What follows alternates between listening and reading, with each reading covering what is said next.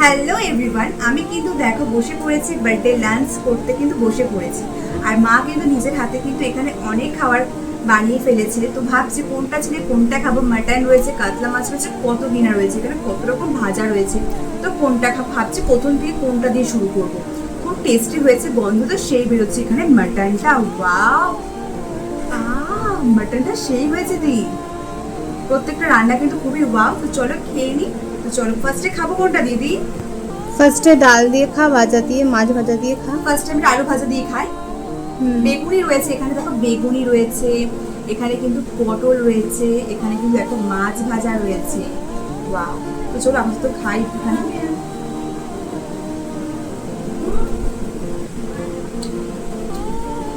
একটু বেগুনি খাই।